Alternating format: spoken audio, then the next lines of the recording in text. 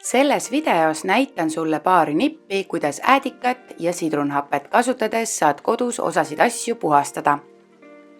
Alustame äädikast.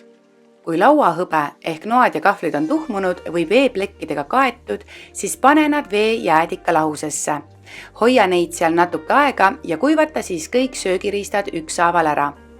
Teise variandina võid teha käterätiku ühe otsa äädikaga kokku ja sel viisil söögiriistad ära puhastada, kui neid on just kiirelt näiteks pidulauale vaja katta. Nüüd aga sidrunhappe juurde.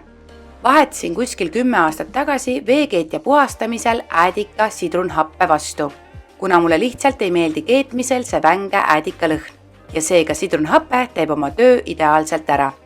Panen veekeetjasse 1,5 liitrit vett ja ühe supilusika täie sidrunhapet. Panen masina tööle ning pärast keemist kallan vee kraanikaussi.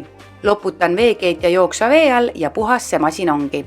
Kui sa ei ole neid nippe varem enda kodus veel katsetanud, siis tee seda ja näed, kui hästi need töötavad.